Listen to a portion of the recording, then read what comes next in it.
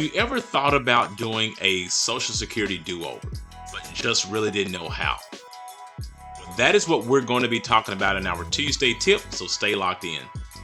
Hi, my name is Carson Graves, Certified Financial Planner and President and CEO of the Retirement Education Center, and I want to welcome you once again to our Tuesday tip, where today we are going to be talking about the Social Security do-over.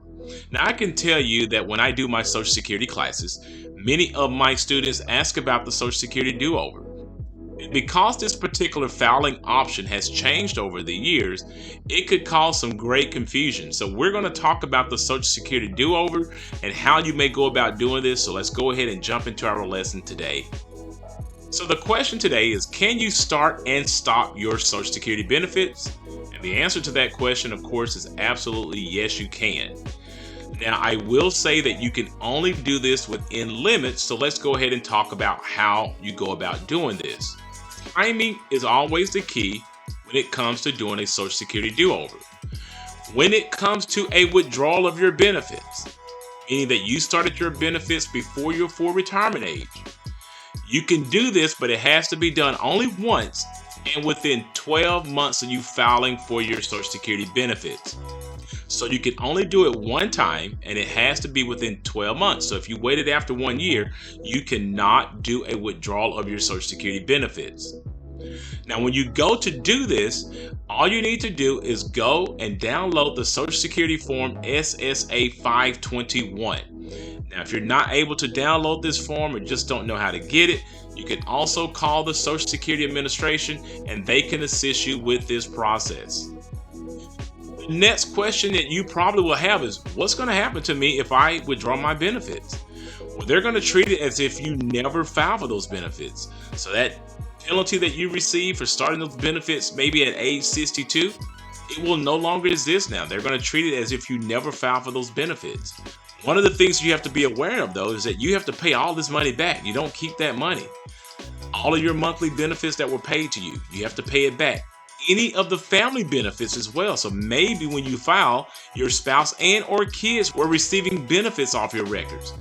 You would have to pay all of those dollars back as well. That is why if a spouse is involved, they have to consent to you withdrawing those benefits. You just can't do it on your own. If they're receiving payments off your record, your spouse will have to consent for you to do that withdrawal.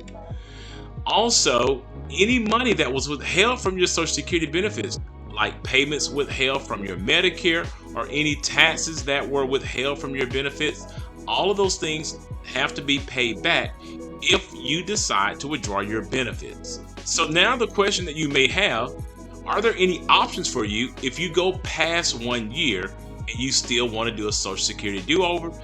And the answer to that question is also yes.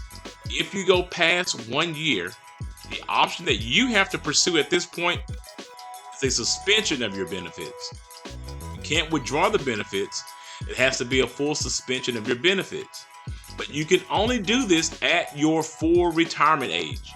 So you can't do this below your full retirement age. So for instance, if you started your benefits at 62, now you're 64 and you want a do-over, you have to wait till your full retirement age to do a suspension of your benefits in order to do that do-over.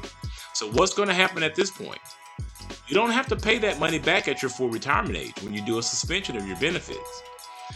Now, at this point as well, you will also start to receive those covenant 8% delayed retirement credits on those dollars.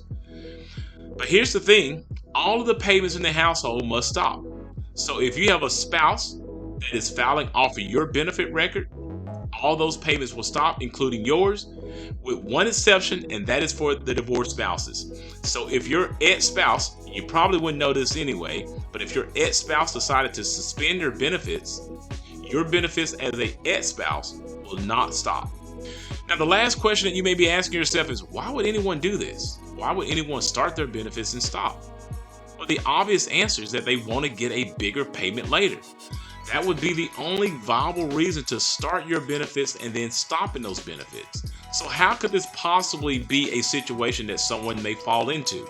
Well, maybe when you started receiving your Social Security benefits, you soon realized that you didn't need those benefits as much as you thought. Perhaps you also realized that your expenses were much lower than you had anticipated as well when you started to retire. Maybe you picked up a part-time job. We see this all the time. A person may retire, they soon realize that they're bored, and they decide to go get a part-time job, and now they're not relying on those Social Security benefits as much. Perhaps you also received a large inheritance. I've seen this happen before. You're taking those benefits, and all of a sudden you have a windfall of money, and then of course you realize you don't need Social Security at the moment. And one of my favorite reasons why a person may decide to do this is that they have simply just got educated. Maybe they stumbled onto this YouTube channel and watched this video and realized that they can actually do a do-over and how to do it. So when you're getting educated around a particular situation, it's always refreshing because you then know how you can do a certain thing and when you can do it. Thank you again for tuning in to our Tuesday tip. Please understand that these videos are created for educational purposes only, and that you should always seek out your own financial advisor, your own tax advisor, and your own attorney regarding your personal situation. And if you're looking for an independent fiduciary advisor to help you with these types of complex financial matters, we highly recommend that you utilize the links in our description below and go ahead and schedule a 1-hour free consultation with us today. And in the comment section, we want to hear from you. Let us know what you think about a Social Security do-over. Have you ever done one, or do you know anyone who's done one? Let us know your thoughts. And if you found this information to be beneficial, all we ask is that you subscribe to our channel, like this video, and share it with others.